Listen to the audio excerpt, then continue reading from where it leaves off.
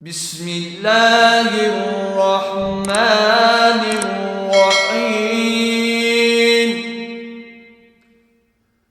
قل يا أيها الكافرون